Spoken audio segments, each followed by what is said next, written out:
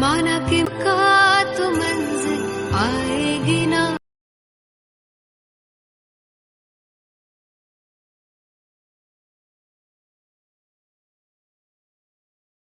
એક યુવાનની હત્યા થઈ છે. હત્યા કરવા પાછળનું કારણ શું? આરોપી ક્યાંના છે?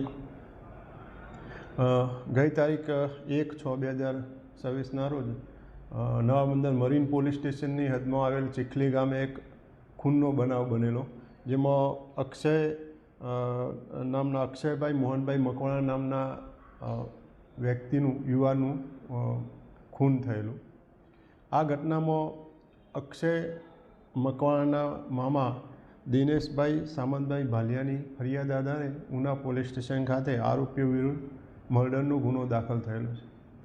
આ ઘટનામાં કુલ 3 આરોપી છે, જેમાં એક આરોપી છે સગીર છે, જ્યારે અન્ય 2 આરોપી છે એમાં કેતનભાઈ નાનજીભાઈ ભાલિયા જે કોબનો રહીશ છે અને સુનિલભાઈ માધવભાઈ બારિયા જે પણ કોબના રહીશ છે.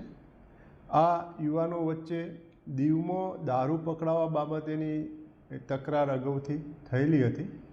એના પરિણામ સ્વરૂપ આ ચીખલી ગામે જે મોટરસાઇકલનું ગેરેજ આવેલું છે ત્યાં મરણ જનાર બેઠેલા હતા, ત્યારે આરોપી પૈકીનો સગીર ત્યાં બાઇક લઈને આવે છે અને ત્યાં એની સાથે આ બાબતે કંઈ ઝઘડો બોલાચાલી થાય છે.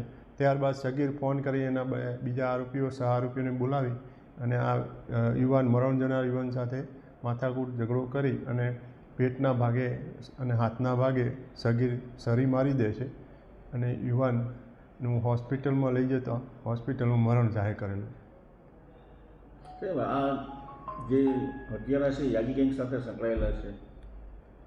ના, યાગી તો હાલમાં ગુસ્સીટોકના ગુનામાં અને અગાઉ 307 જે દાખલ થયેલી છે એમાં હાલમાં જેલમાં છે. એમાં આ કોઈ પૂછપરછમાં હજુ સુધી એવું કંઈ યાગી ગેંગ સાથે સંકળાયેલા હોય એવું નથી. પરંતુ આજે કોબ અને આજુબાજુના ગામના યુવાનો જે છે એ લગભગ દીવ સાથે રોજગારી અર્થે અને કોઈ નાના મોટા કામ સાથે જતા હોય છે અને ત્યાં નાનો મોટો દારૂનું પીવાનું પણ પી અને કંઈક નાની મોટી બવાલો અવારનવાર થતી જ હોય છે. પોલીસ દ્વારા એક્શન લેવામાં આવે છે, અવારનવાર ગુના પણ દાખલ કરવામાં આવે છે.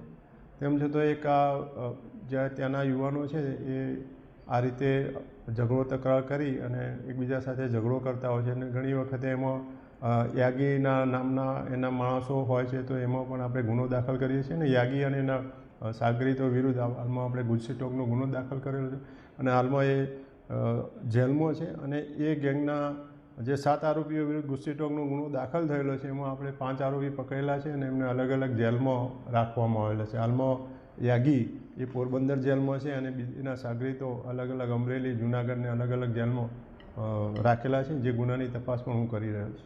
સાહેબ છે ને કોર્ટમાં રજૂ કર્યા રિમાન્ડ માટે? આ હત્યાના આરોપીઓને સાહેબ કોર્ટમાં? હા, આજે કોર્ટમાં રજૂ કરવામાં આવશે. સાહેબ, વાત કરીએ તો આ ચીખલી ગામે અગાઉ પણ એક યુવાન જે છે તે ગાયબ થયા હોવાની ફરિયાદ જે છે તે આવી છે, તેનું શું? હા, એ જાણવા જોગની તપાસ મિસિંગ જાણવા જોગની તપાસ છે. હજુ કોડીનાર પીઆઈ કરી રહ્યા છે.